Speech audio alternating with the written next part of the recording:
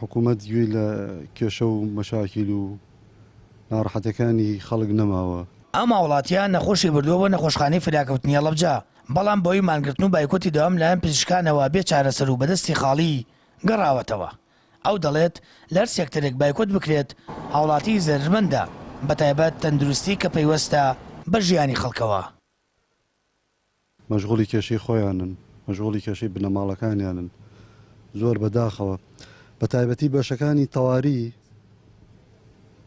کە زەڕورەتێکی زۆر سەرەتاین بۆ ژیانی خەڵکێتە ئێرە کەس نییە بەدەمیەوە، نەخۆشی کتوپڕی هەیە یانەوە تا زۆربەی حادیسەکان زۆربەی بەرحاڵ کاریگەرێکی زۆری خسۆتە سەر ژیانی خەڵک، هەم لە ڕووی تەندروستی و هەم لە ڕووی ئابووری و لە ڕووی کۆمەڵایەتی و ئەنوە ئاواشکال کێشەی بۆ خەڵک دروست کردو.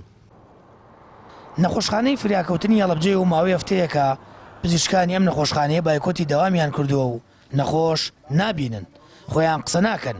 پەرستارێکی نەخۆشخانەکەش دەڵێ فەرمانبەران و پزیشکان داوای مافی خۆیان دەکەن کە موچەیە. حالەکە لە دەست کارمەندان نیە، کارمەندانی ناتوانێت بەڕاستی چی بکە. کارمەند و پزیشکان لە هاتوون لێرە دەوامێ بکەن لە بەرامبەرەوەی کە بژێکی ژیانیان بۆ ماڵوم ناڵیان پەیدا بکەن.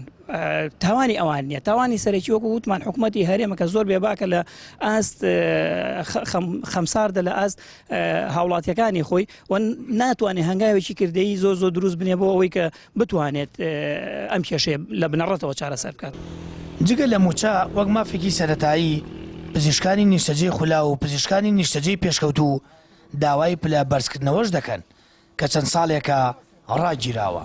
جگە لە نەخۆشخانە بەشێک لە دام و دەستگا حکومیەکان و فەرمانگە تەندروستیەکان بایکۆت بۆ موچە کراوە و لە زۆرێک لە فەرمانگەکانیش بەنۆرە دەوام دەکرێت. لەگەڵەوەشدا تا ئێستا ئاسوویەکی ڕوون بۆ چارەسەرکردنی قەیرانی 11 ساڵی موچە لە ئارادانیە. سامان فەتاح، کەناڵی ئاسمانی پەیام، هەڵەبجە.